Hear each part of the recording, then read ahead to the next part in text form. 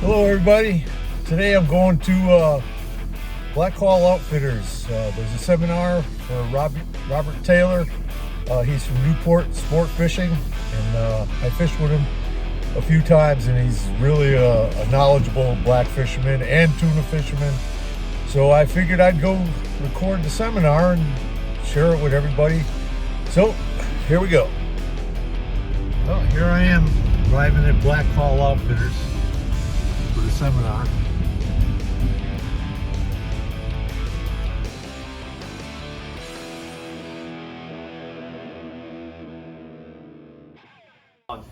Until they get it right, and he just stays there, you know. And with Michael, he sources out some of the best components, right? Like, I mean, you guys know it's like pizza. You know, you can go get a pizza anywhere, but if it's not made with the right ingredients, it ain't shit. So, especially in Connecticut, you guys have the best pizza around. You know, how many of you guys fish with like a Nexus 2.0 or a Night Ranger? Anyone? Right? So, I mean, how many, let's go with just the Nexus, right? So a couple guys got the Nexus rods. I mean, when it comes to rods, the one thing is like, when I try to think about it, is like the Nexus, it's got a lower carbon content than say your Night Ranger, so it's gonna be a more moderate rod. Well, why in the inshore would you want a moderate rod? For me, when I think about it, it's, at least for what I do, moderate rods, throwing eels, right? Because a fast action rod, sometimes you chuck the eel, it keeps going and your hook doesn't. And I like it a lot with treble hook baits. Like, what do you mean by treble hook baits? Like if I'm throwing like a dock or a glide bait, if I'm striper fishing, you know, I feel like that softer bend keeps fish pinned, right, in a moderate action rod. But on the other hand, if I wanted to go with a faster action rod, the reason why I would switch over is like single hook baits. How many guys throw paddle tails? Yep, I mean, that's like, it's lighter, everything's lighter. You know, it's like fishing the Ned rig, basically, for blackfish. Bait fishing, conventional, right? It's just designed, it can hold a heavier sinker in current. You know, you got a lot of cranking power. Generally, your gear ratio in your conventional reel is, you know, lower. So, just turn the handle. And even then, I mean, it's a lot of it's preference. I do have guys that they bait fish with a spinning rod, and they jig fish with a spinning rod. I got guys that jig with conventional. You know? How much wiggle room do you have with where the rod is actually rated up to like going over? A little bit, you know, right? When you're with the spinning rods and jigs, yeah, you're never really gonna overrate it. But I mean, you can always go a couple ounces heavier in the sinker department, right? If your rod's only rated for, let's say, if it goes up to 10, but you want to put a 12, it'll do it, right? It's not gonna adversely affect it. I think what happens is it's taking a little bit of power out of your hook set, but if you swing a little faster and harder, you know, and then a lot of it is if you fish too tight of a line, you're always gonna have like a rod tip bend, you know, but that's why if you can fish slack in your line, it's not that bad, right? You want to see that fish can snap that slack out, but you just have to know that when you go to set the hook, like the first part of that bend, like as you're going up that way, is the sinker before you get into any hook setting power with the fish. Yeah. But I mean, don't be crazy. If the rod is a medium heavy for, you know, up to 10 ounces, don't be 22-ounce sinkers out there. You have a problem. Have you used any frozen bait? Frozen crabs? I haven't, but I do know people that freeze white crabs, and they do work, you know, in a pinch. You know? How about the gulp crabs? Gulp crabs do work too. I've seen them work. I mean, it's not my preference, right? I would rather go with a regular crab, but I have seen it where they do eat the soft gulp crabs. I mean, they'll suck it right up. I mean, and it all depends on your bite too. Like if it's like a really tough, scratchy bite, probably not gonna put on gulp. I'm gonna like side scan a lot now. I mean, I have it dialed in, whereas if, you know, I'm fishing like 30, 35 feet, I can mark individual taug as I'm running along, you know, on a slow speed. They show up pretty well. And if I see like a concentration of them, I'll stop and give it a go. Water depth, spring to fall. What do you or any? Shallower in the spring, you know, but like very, very early spring, I mean, they tend to be a little bit deeper, but a lot of it depends on your area too, because one thing is, I'm sure, is there's taug that are out there that some of your spring spots you may catch on, they probably never left, right? They do hang out, and you know, they don't do this big migration. I mean, I used to think that like all the taug that we had in Rhode Island would go offshore, stay out at Cox's in the wintertime and come back in, but we did some acoustic tagging, so we tagged taug out at Cox's Ledge specifically in December. I caught a couple big males. There's one male specifically who was 10 pounds. And this is actually a cool story just because people always like, does releasing a taug when you catch it really deep, do they make it, do they not? So I caught this taug in 95 feet of water. And it was like just around 10 and a half pounds. Reeled him up, nice and slow. So we did surgery. So we cut open his abdomen, stick this little acoustic receiver inside, and sew him back up, tagged him with a little spaghetti tag in the back, and we let him go. Then it was windy, I couldn't get out, and so we had to do more tagging. So we went back out 2 weeks later, the same area. First drop, good thump, set the hook, I got him, reeled up, same taug, caught him twice.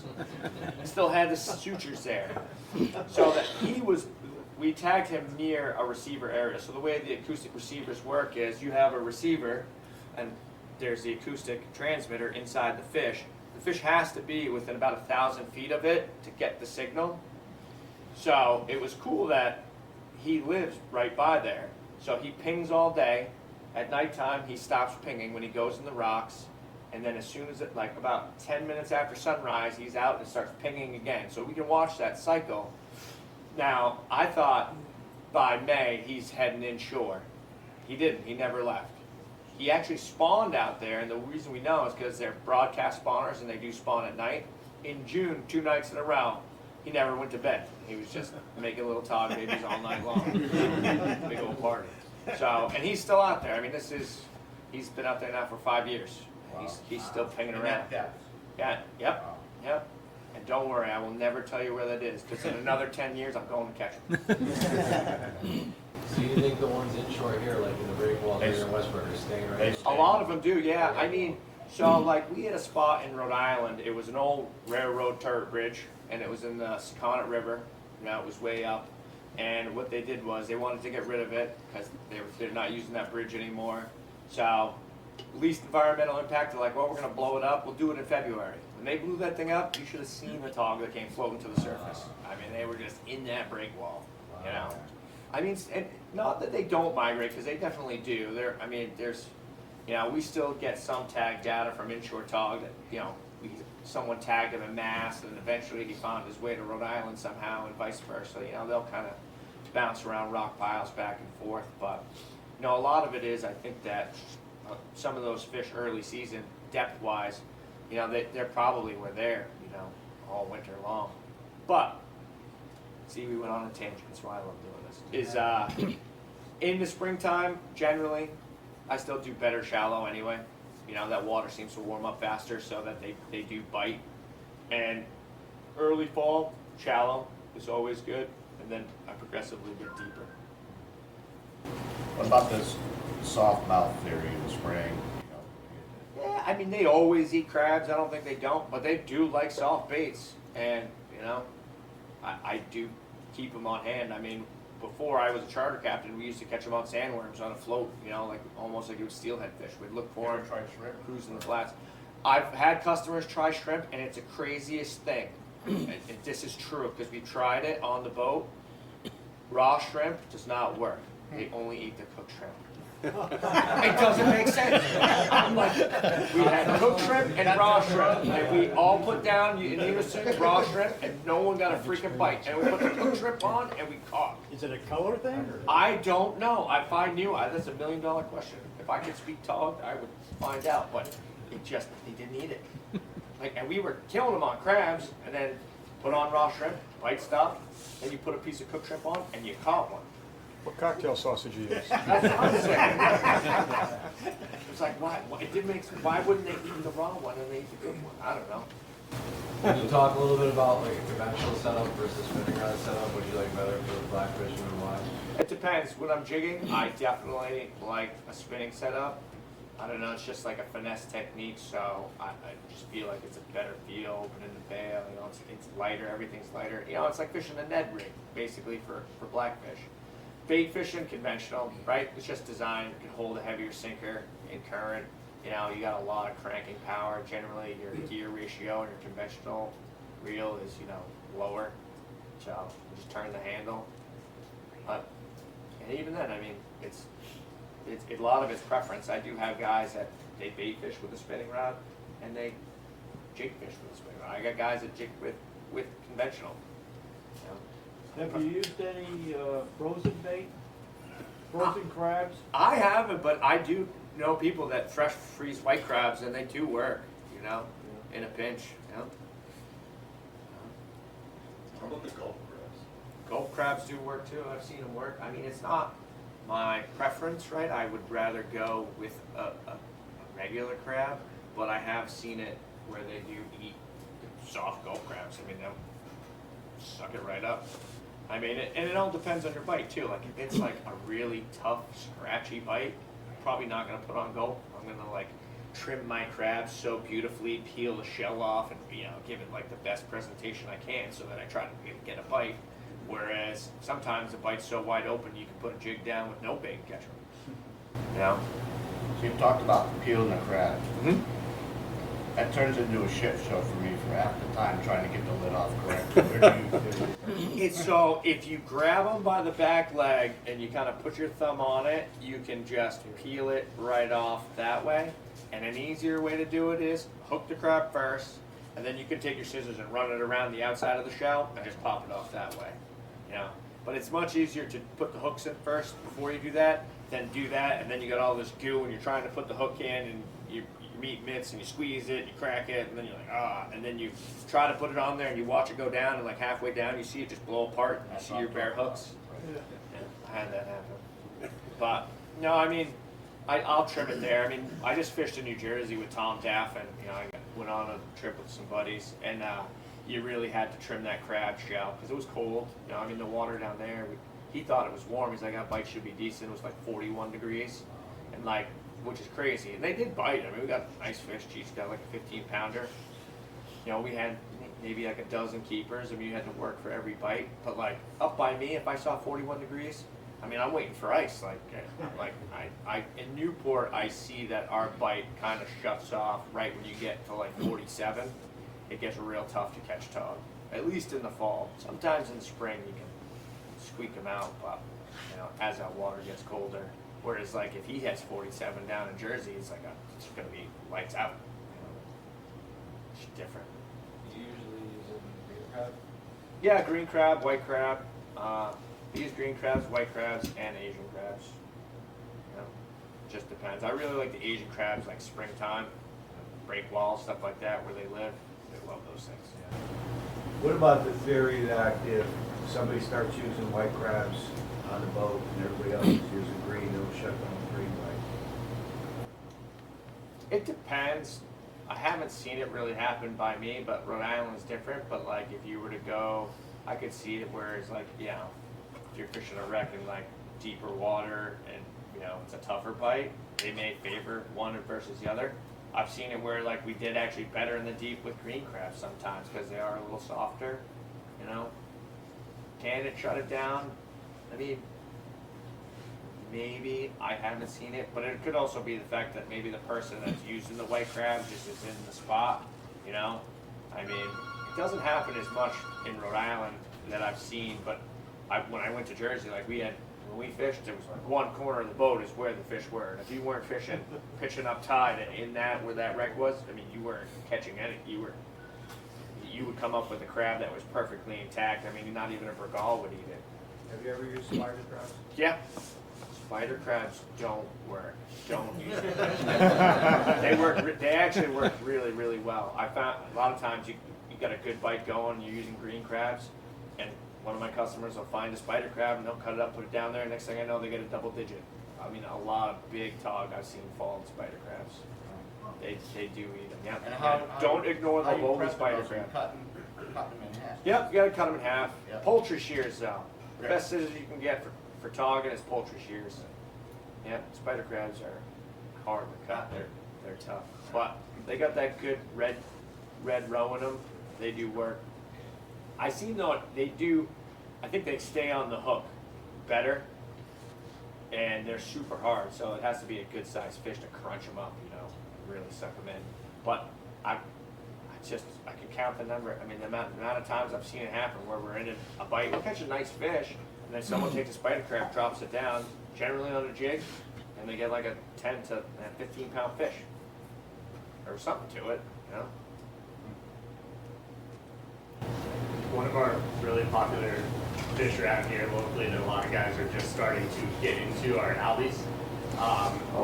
Do you prefer a rod like the Onyx or Nexus that's a little bit stiffer, or are you looking for more sensitivity with the night? So when I used to catch albies, I just wanted something that I could really cast far, and I would probably go right to a Night Ranger, just because your casting's going to be further, and then picky little bastards, at least with that small hook, if he just barely short strikes it, a faster action rods, I'm going to feel it, quicker hook set, you know, stiffer rod, he'll probably set the hook himself. You know, I don't fish for albies as much just because we do so much more giant bluefin, but when I did, yeah, I mean, back then, if I'd had a Night Ranger, I would have caught a lot more. I mean, because you could bomb a tin or an epoxy jig with a Night Ranger, you know, into the wind, and it's always into the wind. They always know. They're like, oh, we'll be downwind, and then you get on them, and they're like, no, we're behind you, into the wind. Good luck. So, What about jig color? as far as taug jigs, yeah, definitely. I think it makes a difference. Does it make a difference based on like time of day or length or? And I mean, definitely light and time of day have some to it. A lot of guys do glow. Glow works very well. I mean, they track jigs. So with Mega Live, like live imaging, I can see that someone's jig falling, like a customer's jig falling, and I will watch the taug swim over and track it, follow it down, and I'll watch them eat. I can tell you when you get a bite, and be like, swing, be swimming away with it. I like yellow. I like variations of yellow, but there are days when certain colors are different. You know, you kind of got to experiment. But I love yellow, and I just know it works well because I see, like, you know, I'll take my Asylum jig and it'll be brand new out of the package, and I know they're gonna smoke it because I'll put it down there, and I start to see the tooth imprints on the jig because they're biting the jig. They see that yellow and they're grabbing that jig. I mean, that's why that jig's so deadly, because it's got a tiny little hook that's very close up to the lead. So when they go to bite the jig, they suck the whole thing in and they swim away.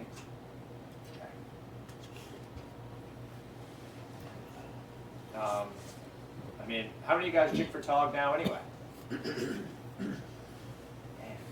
guys that don't, you gotta get with me. It's a good time. How many of you guys have spot lock? See, the other guys don't. If you have it, you dog fish more. It's that easy. What else we got? I got Panoptics transducer on the boat. Yeah. And one of my questions is how much gain you should put on it, because it's kind of like, Oh man. you can turn it up and get whatever image you want out of it. Does it have a so I'm a Humminbird guy, so I know nothing about Garmin, but I know that you have sensitivity, at least with Humminbird, and contrast. Does Garmin have like a contrast feature at all? I'm not sure. I just started working with it, so it's weird because it has out of the box it has auto.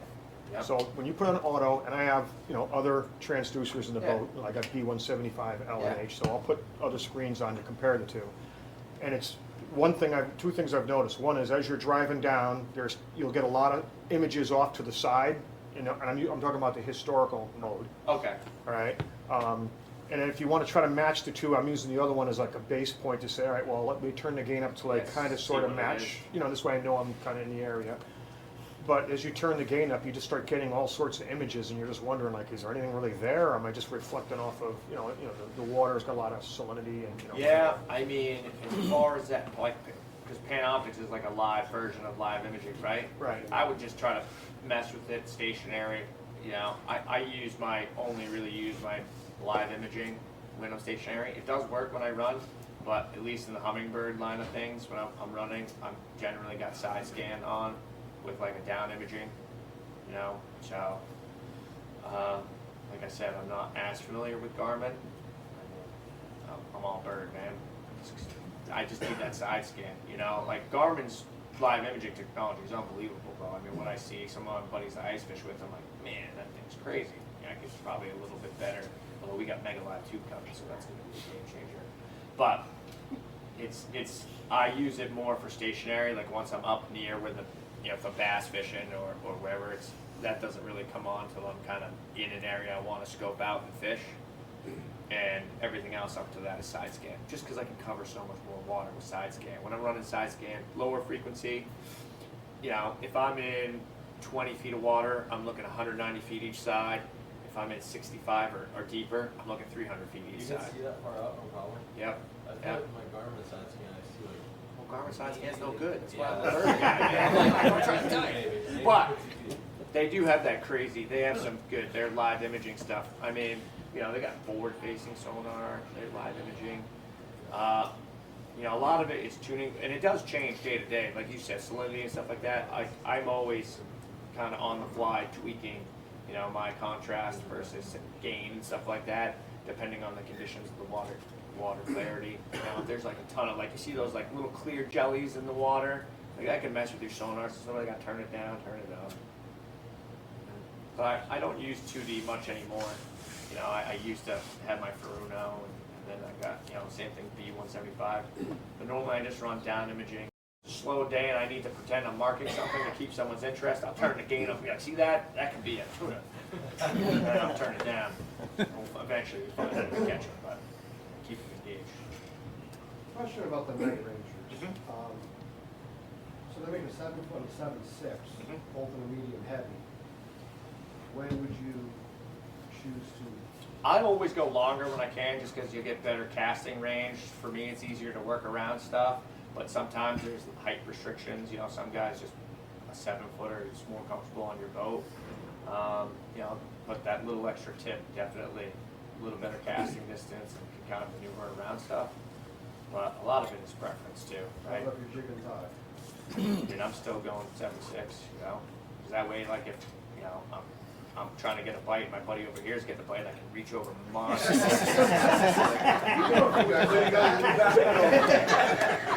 That extra 6 inches like coming down. Pipe breaks Oh, out. size does matter. What's your tuna jigging setup? So right now, my favorite is Silver Bullet 350 gram and O'Shea 2000 jigging reel. I mean, it's perfect. That's Super your light. preference. What about a customer comes on your boat? What do you hand them? It's exactly that. Really? Yep. With 30-pound test line? Yep. Yep. Yeah. Right now, I'm running 4 of those. I got 4 O'Shea jiggers with the high-pitched luminous rods, which are a little bit stiffer, but sometimes they help people with a jigging cadence. And then I have the identical rod in spinning, twin powers. I got 4 of those. Yep, all straight braid. What do you set the drag for? So on the O'Sheas, most of them I'm running right around 20 pounds. With 30-pound test line? Yep. It breaks at like 50. You can't. The only time we parted it off, it was we had the drag, that little O'Shea 2000. We cranked it all the way down. We had a fish that was way too big. It was like a 90-inch fish, and he was on the surface. He was tired, but we needed to pull his head closer so I could release him. And we had that drag cranked down, and then eventually I started palming it too, and we ended up actually straightening the hook out. We didn't break anything, but when we pulled the drag, that little reel maxed out about 38 pounds, all the way down. It's just a star drag, but it's nice because it's a star drag that auto engages. So you put it in a free spool, roll 1 revolution of the handle, and then you're snapping away right away. So I find that I got a lot more fish because when I'm working that jig up, I would either I'd get a short strike and miss it, and I put it in free spool, I count to 3 and then do it again, and he'd come back and whack it, or I would get what I would call like a phantom bite, where you have the resistance of the jig and you feel it get washed out. When he comes up, if he comes up and misses it, when he goes with his tail and turns, you can feel it. It washes out the jig, and you're like, oh, that's weird. Put it, just let it roll down. Sometimes I wouldn't even get to, it would never make it back to the bottom, but all of a sudden I'd see my line stop, so then I would click over and he was there. You feel him kind of like that phantom kind of washed out bite. Usually have a rendezvous set up, because Den's taking somewhere on the. Always. He catches a ton of fish, you know. That's your secret weapon, Yep, right? yep. And a lot of times too, though, I'll give it to people like, you know, some people you get out and like you are so excited to go and you are vigorously jigging. When I mean like these guys are speed jigging, like I'm like, wow, that jig is going up and down so fast. I'm like, how are you gonna make it the whole day? Then eventually maybe instead of dead sticking it, I'll let him like hold the Ronzi, you know. And we do actively fish them too. I think it's a great way to slowly cover the water column. I mean, you just let it feed it out, let it hit the bottom, and slowly work it back to you. You know, and I like a steady, just lift, reel to let it fall, just like that. But yeah, Rodney the rod holder and Ronzi catches a lot of fish. Do you go traditionally with a little bit of a longer rod when you're dead sticking, just to get a little more? Not with my boat, it's big enough so that I don't really have to worry about tangling, that I don't have to, but sometimes I will, you know, just because I'll put it on the popping rod that happens to be there, flip it in an outrigger, you know, it depends, it just depends. You can, What's going to push someone towards a more stout tuna jigging rod like an AMF versus a more supple one like a Luminous? oh yeah, definitely bigger fish. Once the fish start to get into that 60-inch range, you know, the stouter AMFs are definitely going to be head turners, you know, whereas, you know, most of the time, and I have both, if they're like 50 pounds, 60 pounds, your softer, more parabolic rods are going to be, you know, and also I think depth too.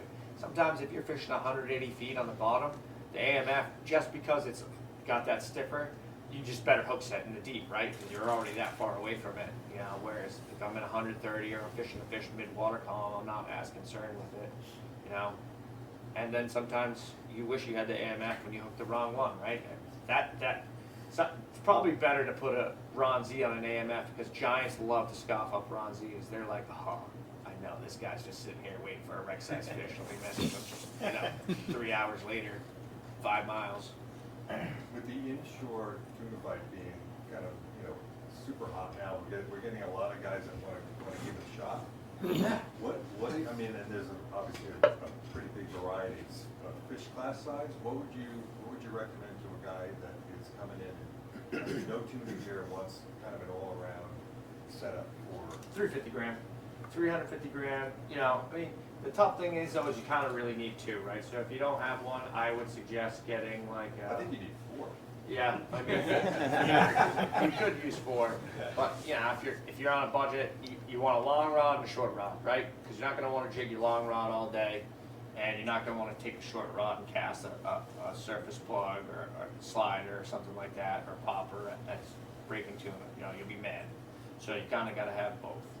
What about a reel that would pair up on something like that? Yeah, Saragosas. I mean, I'm a big fan of the twin power just because it makes a ton of drag. I mean, the stuff that we put it through, I'm surprised. You know, I didn't even send mine for service for 3 years, and I was like just waiting for it to blow up, and it just never did. And it was wicked fun to catch 55-pound bluefin on it, but a few times when we landed fish up to 92 inches. You know, What size twin power? on 14K. Yeah, just because it's there with the capacity, so it's nice to have. And they're not overly heavy, you know. And I do kind of like that bigger armor when you're throwing poppers. And it's got a good retrieve rate, you know. Do you spend much time trolling for tuna? Oh yeah, I mean we still do troll. You know, I mean it just depends on like, I try to cater the trips to what people want, but there are times when, even though it's something that you want, if you want to catch one, there's a way to do it, right? Like, you know, I mean, I want to catch them on the jig, but if they don't like my jig and they're only 3 feet below the surface, I can't catch them blind casting a popper, well, I gotta put the damn trolling rods out. But it is very effective, you know, especially now, because like, with the new bars, I mean, chatter lures with side trackers, you know how nice it is not to have to set up outriggers and everything, and you could put 4 bars out and run 2 swimmers down the middle. You know, it's easy. And a lot of times too, if I'm not seeing, you know, a lot of signs, or if I'm seeing subtle signs, but I'm really trying to dial it in, it's good to be fishing while you're looking. So I'll put the spread out while I kind of hone in, you know, and puts a couple extra fish in the box. Or my guys get gas too. Sometimes we gotta troll because no one wants to jig it. Jig too much. Okay. So, right. all questions. You can ask me about electronics, inshore. What do you got? What do you got? Rob, can you talk a little bit about, do you let a blackfish run sometimes with the jig? I'll try to let them, swim away with it. Not too far, but I do like to let them pick it up, you know. I love it when they do swim away. But, you know, a lot of that's how you fish with fishing. Slow day and I need to pretend I'm marking something to keep someone's interest. I'll turn the gain up and be like, see that? That could be a tuna. And I'll turn it down. Eventually we find it and catch it, but keep it engaged. Question about the night rangers. So they make a 7-foot and 7.6, both in a medium heavy. When would you? The Nantucket fluke. Oh yeah. Would you use the silver bullet or the night ranger? I mean, Nantucket fluke, Night Ranger, retro rod. They make another rod, Black Demon. It's very good. But the heavy Night Ranger, I mean, on a nice single bucktail, you know, some lighter braid, you feel it pretty good, you know. The silver bullet. Hey, that's like a tuna rod, you know. So it's more. That would be overkill. I don't think I would use that. You could though. It's not like you can't. So if you already have one or whatever, I mean, it'll do it. You know, you could drop a jig that's, you know, a weight 300 gram, but you know, it just depends. And like Nantucket, you kind of got to have. You want a rod like, I would say I'd probably bait fish with my heavy Nexus for Nantucket fluke, and then I'd have a lighter or medium Night Ranger for when the tide slacks out to throw a bucktail, you know, kind of so you can work it back to the boat. You know, like fluke spoons. And I haven't fished Nantucket in a while, but we normally just fish locally, but it's good. Yeah, it's a lot of fun. Have you spent much time out at the new windmills out there? Yeah, a little bit. Yeah, they're pretty good. They got fish. Mahi in the summertime. Yeah, a lot of mahi. A lot of tiny sea bass at the base of the dome. But that'll change eventually. Yeah, they'll go. Yeah, I mean, they're so new. Give it 5 years and then there'll be something there. I saw a hybrid rod upstairs. Where does that fit into the lineup? That is more of like your higher carbon count, faster action, very sensitive. Okay. Very sensitive. Awesome rod for like fluking, you know, especially, you know, you can feel all the bites. I mean, and that's the thing with fluking too, is sometimes those bites aren't as hard as you think. I mean, how many times have you guys seen an underwater video of a fluke grabbing a bucktail jig and swimming along, and you're waiting for the guy to set the hook and he never does, and you're like, swing, swing. Like they just grab it and swim with it, and it's just like very, very subtle. He knows. Victor knows, right?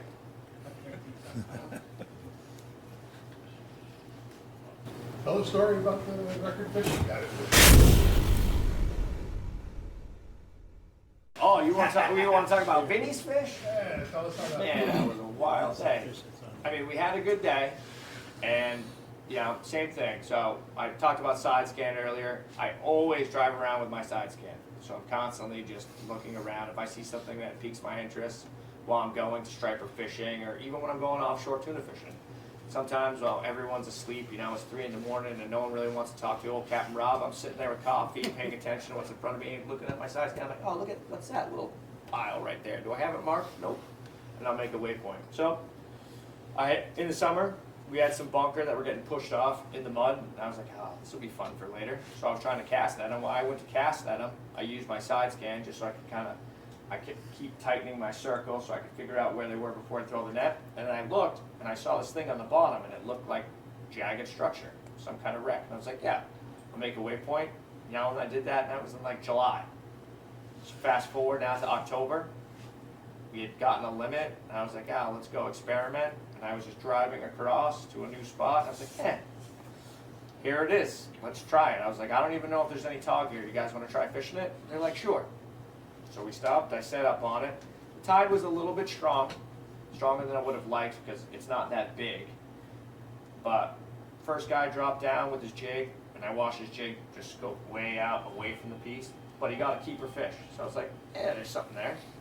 And then Daphne, another customer of mine, very good angler, and she dropped down and had a pretty good bite.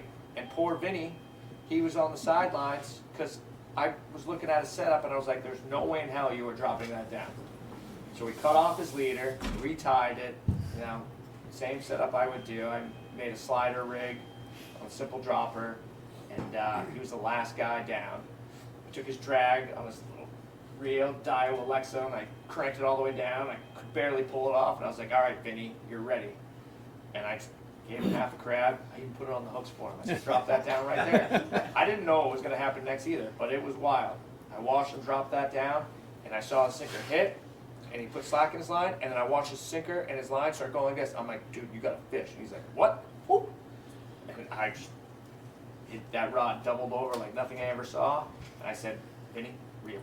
Just reel. And he had a little tiny paddle handle, and he just went like this. I don't think he breathed. And he was reeling and reeling and reeling. And the fish came up. I saw it the first time about 15 feet, took off back to the bottom, did that about 4 more times. And then I knew it was pretty big at the time. I didn't know if it was how big it was. And when it came out, it looked like a cartoon. Wild. How big was it? 22 and change. You touched on it briefly about the tide. Can you talk a little bit about current, like, do you typically like to try a certain part of the tide? And That's spot specific. There's certain places where like it's hard to set up on, right? If it's small, like I mean, I fish some spots that are, you know, maybe the size of like 6 of these chairs combined. So if you have too much tide, it's very hard for me to, when I was spot lock, I can do it to a degree, but the certain spots, it's less tide and you're straight down on top of that structure, you know, where other spots like, you know, they're bigger, so the tide won't affect it as much. You know, sometimes, and your sinker can roll. I mean, sometimes you have to deal with tide, right? So there's certain places that you can fish in tide, heavier sinkers, you know. But there's certain places that are really nasty, some wrecks that I fish that I'd rather fish them on slack tide because you drop down into it and your sinker scopes out, and you're already stuck anyway. You know, it's just, you're ineffective. Whereas at least if you can drop into it on slack tide and the fish eats it, now at least you got a chance to get them straight up. You have spot lock on your releasing boat? Yeah. Yeah, 35-foot down east boat. Holds it no problem. Does it really? What about how much batteries do you need? So I run my battery bank is 200 amp hours, you know? Not that much. No, 36 volt. You know, so I got 3 lithium ion phosphate batteries rigged in series. They're about the size of 8D, so they do take up some space, but they're fairly light. I mean, they only weigh about 45 pounds a piece. And that'll run all day. So I started originally with a 100 amp hour bank. It works good most of the time I would get all day, but the days when it's 18 knots of wind and, you know, plus, I was getting 6 hours. So if the motor's running at full power, it only goes for 6 hours. So then I switched because I was like, man, I could fish 6 hours. I got to anchor for the last 2 on my charter. This is lame. So then I got a bigger battery bank. And I don't have that problem anymore. And who's you got? Who's Batteries? No, who's Oh, mid-coating. mid-coated? Yeah, auto deploy. You know, I don't want to be going up and down in the bow, so I hit a button. Although, no, I used the manual deploy one over this fall because my buddy, another charter captain, Mike Littlefield, he broke his toe. So I didn't want him going up on his bow with a broken toe because he has no bow rail. So we switched. So I had to schlep it this year a little bit, but I got over it. But yeah, no, auto deploy, it's awesome. You ever had any issues? With the auto deploy? No. I mean, I tested it, so I did the beta testing for it, and I was really good about testing it. So like while we were drifting for stripers, I just put it up and down like this all the time. Wasn't even using it, put it up and down, up and down, up and down, up and down. I mean, they were smart about it. It was the first iteration of auto deploy before I even got hooked up with these guys.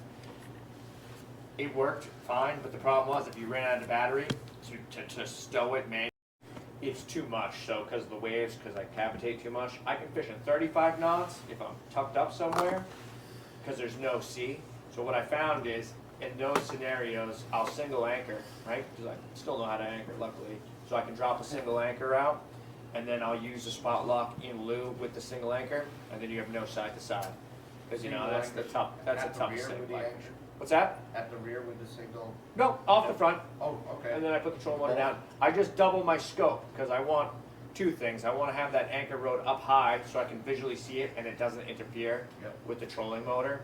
And that way I know it's really going to hold. And most of the time I have to put a lot of scope out because if I'm anchoring, it's rough. It's blowing. Yeah, that's been my problem with the spot lock.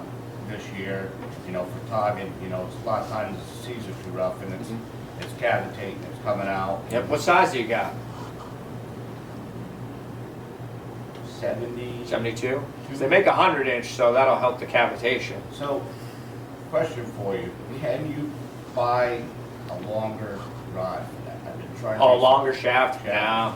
Too much No. going on. Yeah. Yeah. Used market's still hot. Yeah. Yep. And if you don't have one and you figure out how to justify it, remember, you tell your significant other, wife, whatever it is, it's a safety issue, right? Exactly. Yourself. This is safety. Have you done much slow pitch jigging? Oh yeah, slow pitch jigging is very fun. You know, I do a lot of it more for sea bass and stuff. Right. But there are days tuna fishing where I found it very effective, right? Using like a flat ball jig. You know, when they don't want that speedy sand eel jig, something more like, because they're a little bit bigger like a butterfish, and it's easy on you. You know, you're using the rod to do a lot of jigging. It's just a little bit different when you're fighting the fish, right? Because the rod is so noodly, so it takes a little bit getting used to, but it's very effective. Very effective. I mean, and sometimes I'll give people that because it helps them with their cadence, right? There's a lot of just how you, it's tough when you're jigging because you're trying to make a jig do something that you can't really see. Like you could learn how to walk the dog because you can see it, right? If your surface plug's coming in straight, it doesn't work as good as when it's going like this. So it's hard to see that underwater, but with the slow pitch, you can just snap the handle and the rod helps do that. Yep, it works good. I mean, even stripers. And I had this guy, Benny Ortiz, he came up, he's from Florida, I don't know. If you're on Instagram, you should follow him. Very, very good slow pitch guy. Had never caught stripers with slow pitch, and we were on a pretty good eel bite, but it was shallow. It was like 40 feet of water, and I didn't know. I was like, we'll try it, Benny. I'm like, you know, you want to give it a roll? And he cleaned up slow pitch. You know, I mean, he went with some light jigs to get the fall rate right, but once he kind of got it dialed in, a lot of it was on the fall, so he'd work it up through, work it up through. And then once he got his cadence down, I mean, he did good. And I was like, man, if I could teach everyone to do this, I'd never have to buy eels. We ran to Rhode Island this past May, did a Blackfish trip, and I was shocked at the cod. But oh yeah. Do you have any kind of?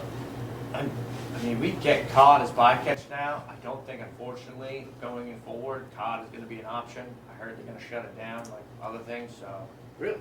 yeah, they voted on that, and it went through. So it'll be a southern New England cod be under a moratorium pretty soon.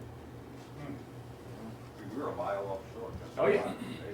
Narragansett Bay, when they do like their seining and they want to see like what kind of larval are in the bay, a lot of it's cod. It's live eels all the time. I like live eels. I use them, you know, just like anything else. I use live eels, paddle tails, top water, you know, kind of have it all. You know, tube. Just it depends. A lot of it cater to my client's ability, and then kind of sometimes then if they have certain ability, well, how do they want to fish? You know, top water is exciting. We can make that happen. Light tackle, paddle tails. I mean, you know, and the eels are very effective.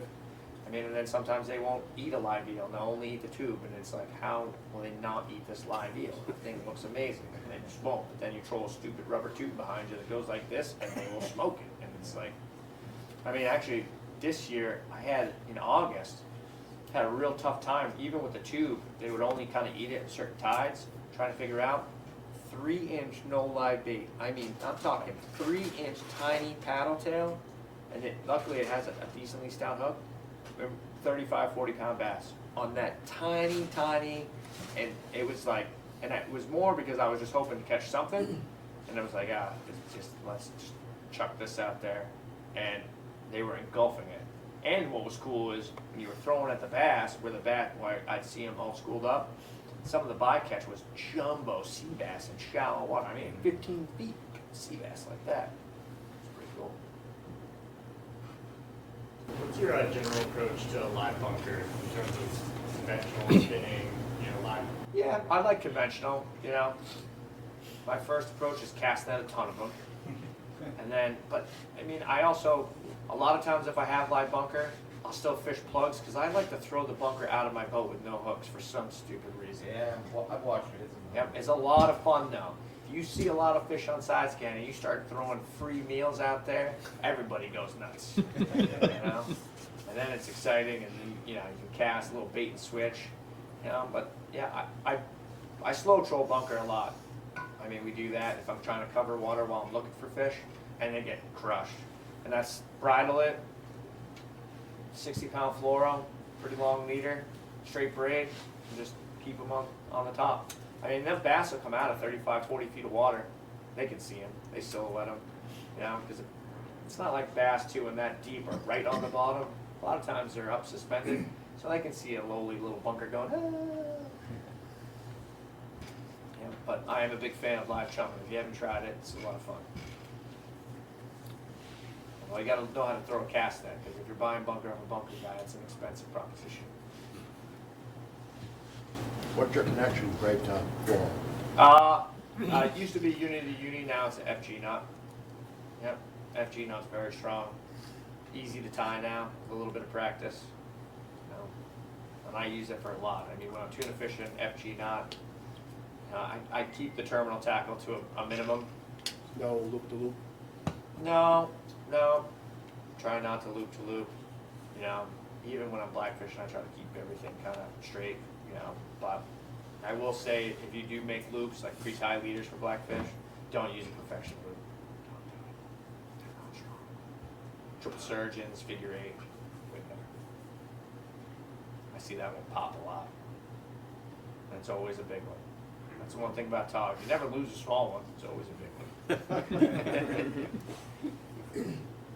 What is you talked about having a radio telemetry on a fish and watching its motion. Mm-hmm. It seems like, and sometimes you work real hard to get into a spot, get set up, build the bite with all the bait and everything. It seems like a certain age class of keepers will come through. You'll be getting shorts, bycatch, stuff like that. Now, you got the bite. It lasts maybe, I don't know, if it's a good day, maybe it lasts a half hour, you put a couple fish on board. Is that age class school gonna migrate around the structure and work its way back around? Does the data show that, or?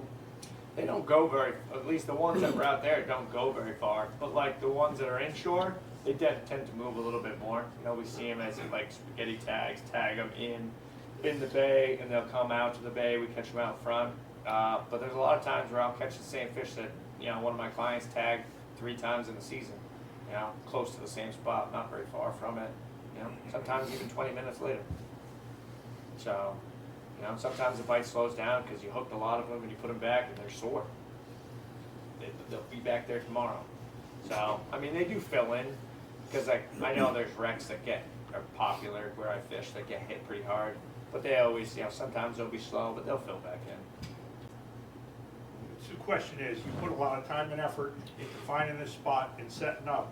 Is it worth it to camp out while it's slow bite and wait for the fish to come around, or are you going to move to another spot? It can be, right? I mean, that's one of those things. I mean, that's the old dilemma: do I stay or do I go? Right? Because sometimes it is a tide thing that'll turn them on. I mean, sometimes they're down there and just not eating.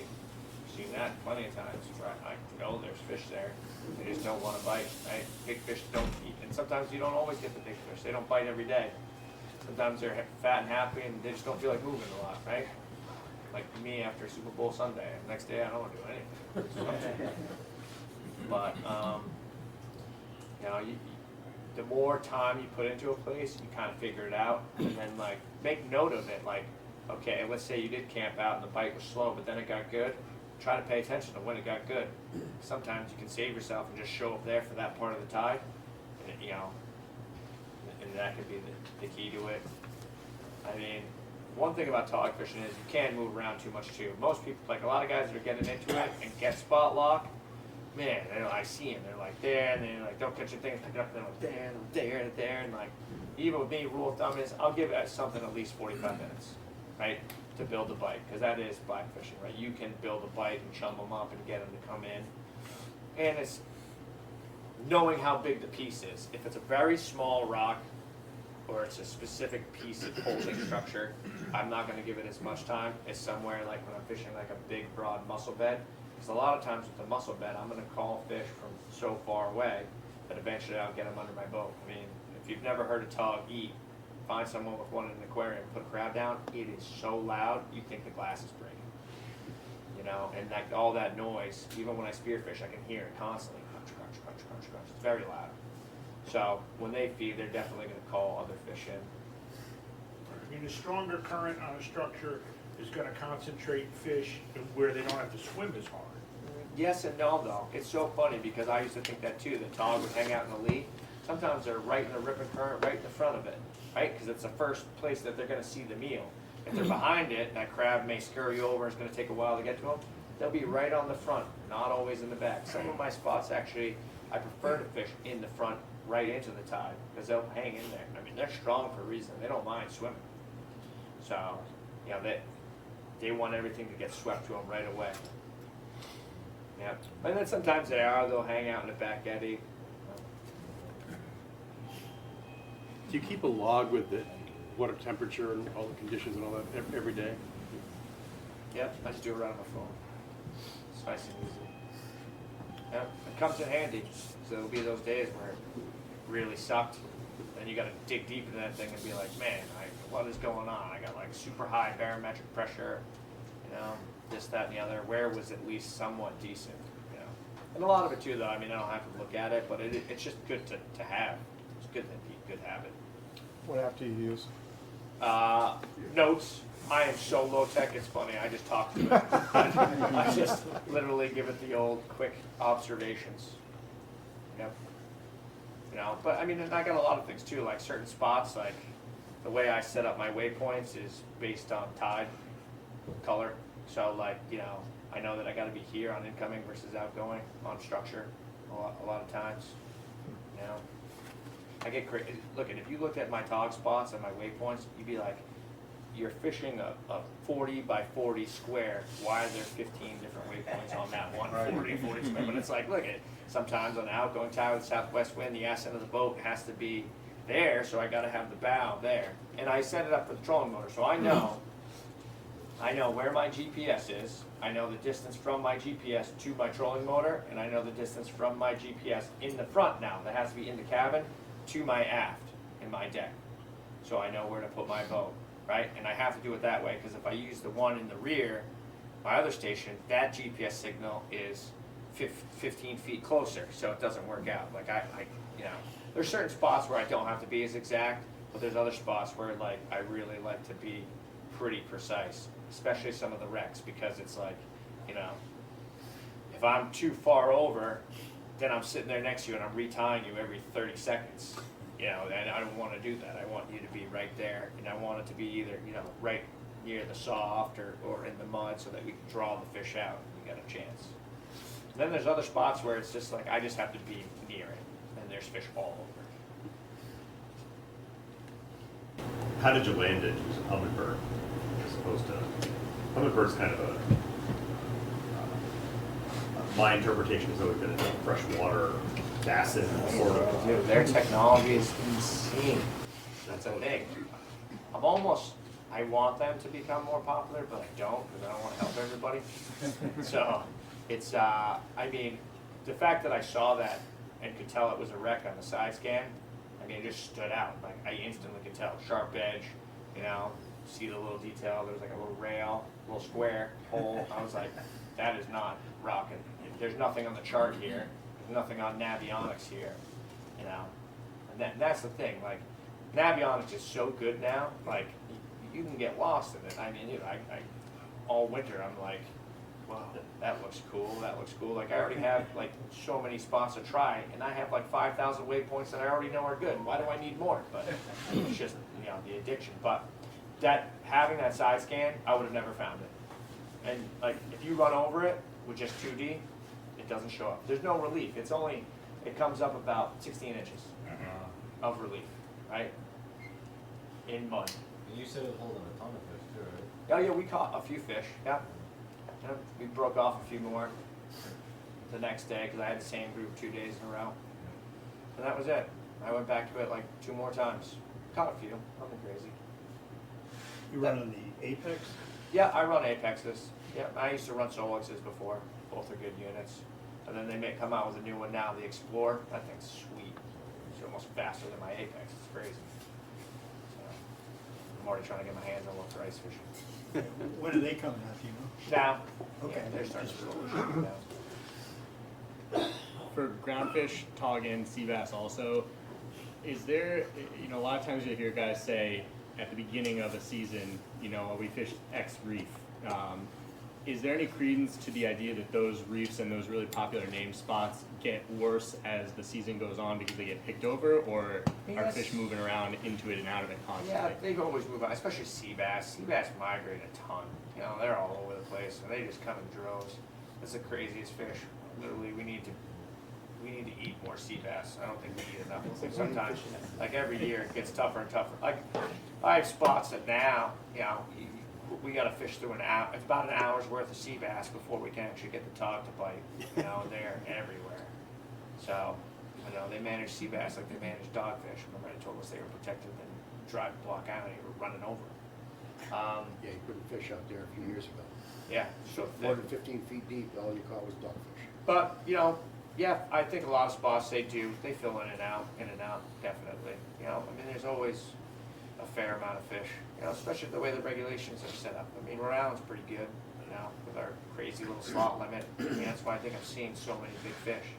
I mean, I remember, 12 years ago, yeah, we were catching some big fish, a lot of 9s, a few 10s, but like a lot of the guys that came from New York, New Jersey, they were big when they started coming with me. They would let all the big fish go. And I was like, oh, this is awesome. But I've seen that actually start to produce now, where it's like, you know, we put back so many 10-pounders, and now it's like, yeah, I'm seeing 15, 16, like true teenage fish. You know, I mean, I got my PB taug this year. It was 18 pounds. Just happened. I felt kind of bad. There was one guy, I was trying to demonstrate him about fishing slack line and like drop down, and then it was wild though. It was like a 12 and an 11 were on their way up, and then I hooked that fish, and it was, you know, that's when you think your drag is too tight, it's no such thing when it comes to a big dog. I mean, I had that thing locked down and it melted it like butter, you know. I think initially they're like, they got more torque than a tuna fish. It's crazy how they can. I'm like, how did you take line off of this reel? Like, I physically can't pull it off, and it made a run. And that rod tip was in the water. You don't think you can snap a big fish? You can. I mean, on my bait rig, like that day, I was fishing 80, you know, 5/0 hooks, snap food, you know. I mean, I trust my knots. You just got to get to the point where you can put heavy pressure. If you're fishing like lighter braid and jigging, you don't want to have a totally locked down drag because you will break something. So it's all about what you think it can take. My bait rig, I go heavy because it's 65-pound braid and 80-pound fluoro straight. You know, I fish a pretty long leader, 15 feet. How about jigging? How long will it be? I still like a long one, just because as it gets worn down, I'll cut it back. So I'll start with 15 feet. When it gets to about 5, start over. Is that yeah, more abrasion resistant? You know, I don't think it's like a thing where they can see the line or anything like that. I just think it's just in the rocks. It's a little bit better than mono, which is softer. You know, and that's the thing too, is how many is being diligent to check your leaders and stuff, like to catch a big taug. I mean, how many times have you looked down and seen a little fray, but the bite's good, and you're like, oh, just one more. You know, I'm not gonna retire just yet. You know, that one more could be, you know, you gotta think. You want to be as prepared as possible. How many 20-pound taug are gonna bite your hook in your lifetime? You know, if you're lucky, one.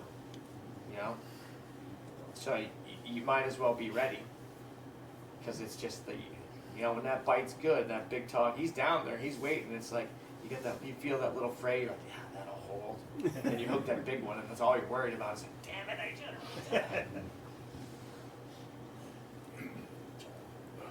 Any other questions, guys?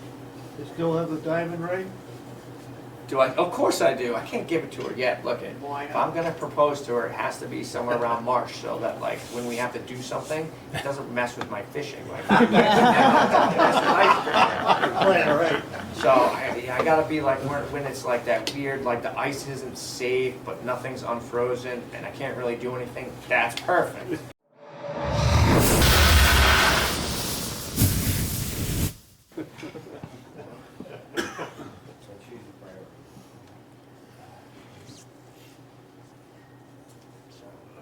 Anything else?